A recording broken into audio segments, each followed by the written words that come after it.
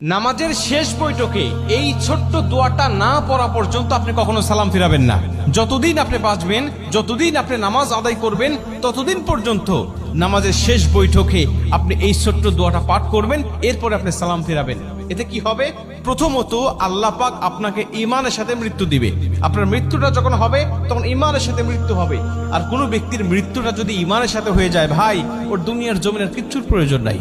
কারণ শেষ মৃত্যুটা তার হয়েছে ইমানি অবস্থায়, মানে সে মুসলিম হয়ে, ইমানদার হয়ে সে দুনিয়া থেকে বিদায় নিয়ে চলে গেছে। ওর কবরেও শান্তি, পরকালেও শান্তি, হাসরে, মিজানে, ফুলসিরাতে প্রত্যেকটা ধাপে সে মুক্তি, এবং আল্লাহ পাকের কমপক্ষে 10টি পৃথিবীর সমান একটি করে জান্নাত তার জন্য আল্লাহ ওয়াজিব করে দিবেন।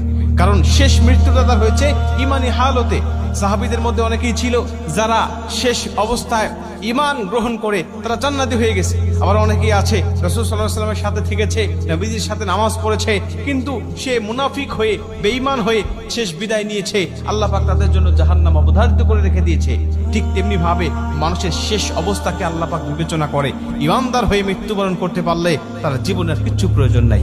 এজন্য আল্লাহর কাছে এই দোয়াটা করতে পারলে আপনি ঈমানদার হয়ে দুনিয়া থেকে বিদায় নেবেন। 2 নম্বরে দোয়াটা পাঠ করলে আপনার কবরে আযাব আল্লাহ ক্ষমা করে দিবে। আপনার কবরে আযাব হবে না, কবরের মধ্যে কোনো ফিতনা হবে না। নবীজি বলেন, যে ব্যক্তি কবরের আযাব থেকে মুক্তি পেয়ে গেল, সব ধাপ থেকে সে মুক্তি পেয়ে গেল। কারণ কবর হলো প্রথম ঘাঁটি। এই ঘাঁটি থেকে মুক্তি পেয়ে গেলে আল্লাহ পাক সব ঘাঁটিতে তাকে মুক্ত করে দিবে এবং তাকে জান্নাত দান করবে। এবং 3 নম্বর হলো আল্লাহ জাহান্নামের আযাব থেকে, জাহান্নামের কষ্ট থেকে, জাহান্নামের পীড়া থেকে আল্লাহ তাকে মুক্তি দান করবেন।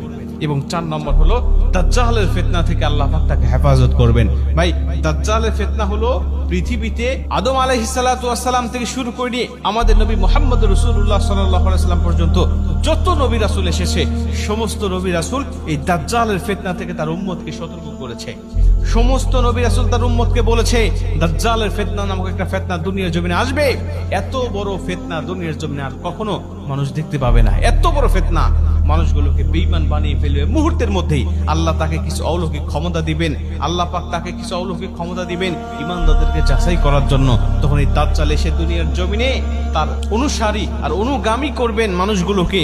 বিভিন্ন ক্ষমতা আল্লাহ তাকে দেখাবেন, ওই ক্ষমতাগুলো মানুষগুলোকে দেখিয়ে দেখিয়ে সে পথভ্রষ্ট করবেন।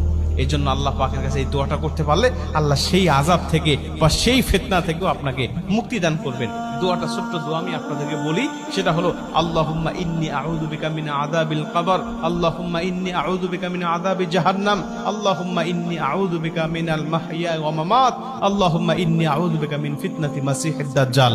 আপনি এই দোয়াটা পাঠ করবেন, এরপরে আপনি সালাম ফিরাবেন। এইটা যদি আপনি কন্টিনিউ করতে পারেন